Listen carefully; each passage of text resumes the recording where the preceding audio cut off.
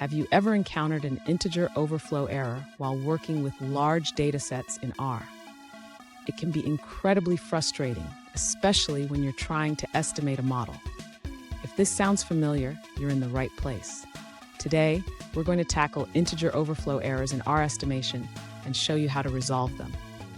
I completely understand your frustration. Dealing with large datasets can feel like navigating a minefield, especially when errors pop up unexpectedly. You're not alone in this. Many R users face similar challenges when working with extensive data.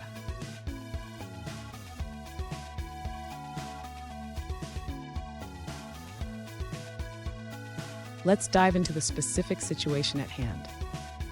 One user recently asked about an integer overflow error while using the speedglm function in R with a data set of nearly 70 million rows. They noticed that removing columns allowed the estimation to complete, but they were left wondering about the root cause of the error and how to work around it. Sound familiar? Let's explore this together.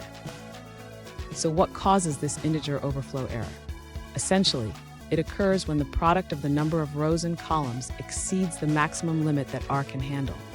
This can lead to unexpected behavior and warnings. Understanding this is crucial as we look for solutions. And stick around. By the end of this video, I will share some effective strategies to manage large data sets in R without running into these pesky errors. To address the integer overflow error, the user should first understand that this issue arises when the product of the number of rows and columns exceeds the maximum integer limit in R. In this case, the data set has approximately 2.7 billion elements, which is too large for R to handle as a single integer. Next, the user can consider reducing the size of the dataset. This can be achieved by removing unnecessary columns or filtering the data to include only relevant rows. This approach can help avoid the overflow issue while still allowing for effective model estimation. Another solution is to use the chunk size parameter effectively. The user can set a smaller chunk size when calling the speedglm function.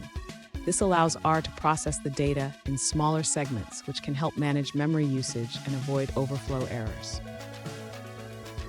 Lastly, the user should consider using a different NOT-action parameter. Instead of NA.exclude, they might try NA.omit or NA.pass.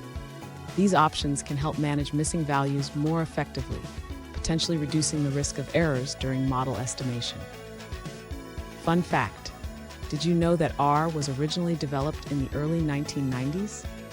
It has come a long way since then, but even the best tools can struggle with large data sets. Let's make sure you don't get stuck.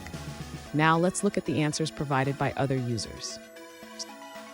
An alternative solution provided by another user suggests that to avoid integer overflow errors in the speedglm function, you can set the sparse parameter to a non-null value.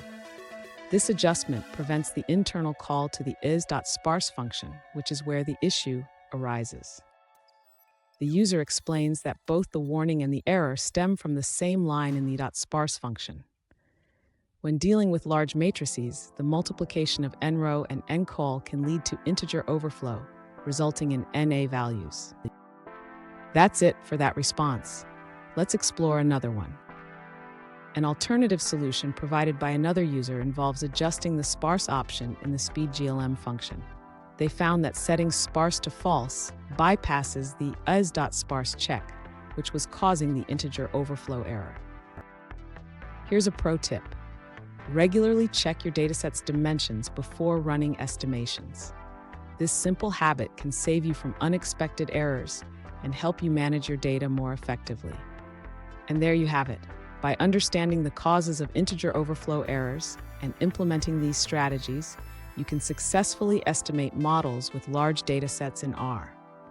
If you found this video helpful, please subscribe for more tips and tricks on data analysis.